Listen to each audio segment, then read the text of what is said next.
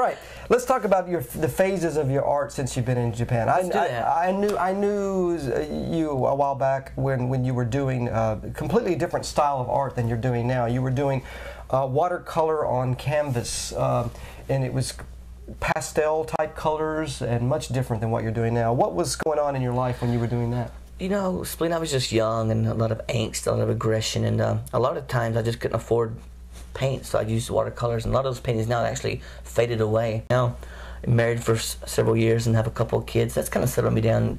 It's gave me also, with the jobs that I have now, it's gave me time to put, you know, to be able to paint 7 or 8 hours a day instead of paint an hour, and, you know, I got to go to work, got to finish this painting. And right. So I think that's a lot of it could be. And plus, yeah, you know, I think even with musicians, you can't be putting out the same CD every time. But right. Some bands do.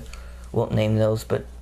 So that's why you changed your style. One of the recent things that you've done, not most recent, but was the Liberty paintings, the Liberty series, and there's a central figure in that series. It's a woman. And tell me a little bit about what's behind the Liberty series of paintings. Liberty's a love story. If I was a writer, I would have wrote it, so I painted it. And yeah, it was a story about a young Indian girl. It's all made up. I've made it up in my mind. And it's about a girl that was in love with some guy, and, you know, long story short, the father wouldn't let them see each other, and it was just about her sadness. I never painted the guy just because it's about liberty. Mm-hmm. You know, have you seen some of those paintings? You know, she's always sad and always. She looks sad, but you know, yeah.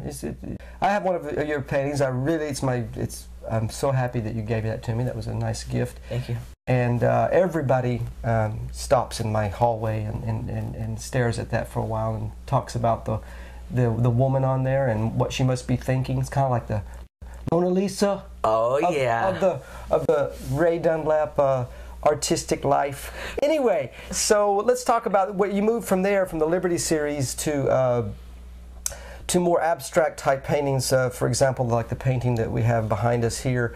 What's your new direction? My new direction is I've kind of gotten on the love stories. Now I'm kind of more into tropical bones, cow skulls. I like to call it contemporary folk art, but you know, I like to give it a little bit of a punch. You know, it's a lot of layering. Usually, I'll repaint a painting at least 5 or 6 times. This has been painted several times. So underneath there's like 4 or 5 different paintings, but I do believe that those paintings are able to actually come out. Mm-hmm. You know, and to have a life of their own, even though you've covered up. Yeah, and so that's my new style next year. Who knows? But right now, that's what I'm into. And a lot of I read some books about Murakami Haruki. Mm-hmm. The hard-boiled. What do you know? Hard-boiled Wonderland and the End of the World. Yeah, and I read that. And I just loved it, and it definitely. So some of the titles of the paintings are called like "Sun-Drying Bones for Evening Readings," which is just an influence. Yeah. Okay, great. That's where you go now. Of course, you can use a lot of paint now because you're being sponsored by Golden. They supply you with free paint. It's not so much a sponsor. I work for them, and also I get paint per diem, which is really nice. And thank you. That's nice. That's nice. That means you don't have to worry about that so much, about the cost of paints and things like that. Not right now, and also with Chopin, they sponsor me, so they pay for the canvas and things like that. So I'm lucky. I've been blessed. Okay. But I've kept at it. You know, I never stopped. You mentioned your family before. Tell me a little bit about how do they feel about you working at the house? It's difficult, you know. I don't think your home place should be your workplace because it does get stressful. But they're cool with it. And my wife's, you know, I'm starting to make money from art now, so she's like, you know, he's going for it, and he's still trying, so she's pretty lenient with me. And the kids, they love it. Every time I do like a live painting or so, my little boy comes with me and he helps me, and it's good. Yeah, it's introduced him to the art world, which I didn't actually see probably my first real painting of a professional artist until I was like 22, 23.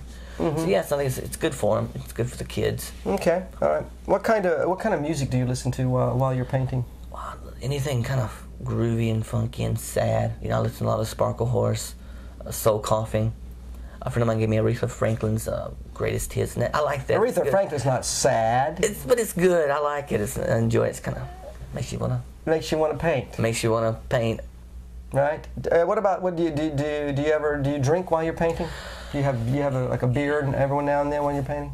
You know, that's a good question because there was a point where I was, but I realized that actually it is a job, and you couldn't go down to Walmart with a pint of whiskey and work at Walmart. You probably could in Arkansas. That's part of the costume. You go in there, you put your uniform on, and then you put a swig, and you put a pint of whiskey in the back pocket. It helps you be nice to customers. Yeah. But no, I'm sorry. So you started cutting out the alcohol while you're painting. Yeah, you just have to. You know, you get into like a daze. You got to stay focused because it is a job and it is fun to have a few little drink here and there and have other pleasures, but you can't do it every day. Right. All right. Well, you have some shows coming up in March. Tell us a little bit about the shows that you have coming up, and speak clearly to the camera there so that we understand what's going on. So on March 4th to the March 8th at the Osaka Museum of Art. It's called Ground Zero Group Show. And then on March the 13th and 14th, I'm doing a live painting at Home Machi at a gallery called, I think it's Autocross. Then the following week after that, I'm having a solo exposition there. They're going to be really huge paintings, like 4 meters by 4 meters. Mm-hmm.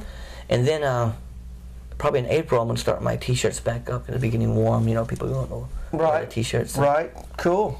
That's my future plans for All right. Well, thank you very much, Ray, for coming out today. I really appreciate it. It's been interesting talking to you. Good luck with your art in the future, and we wish you the most success. Well, thank you. Thanks a lot, Ken. See you tomorrow. All right. You don't have to get up. Don't get up. Get back to where you were. Okay.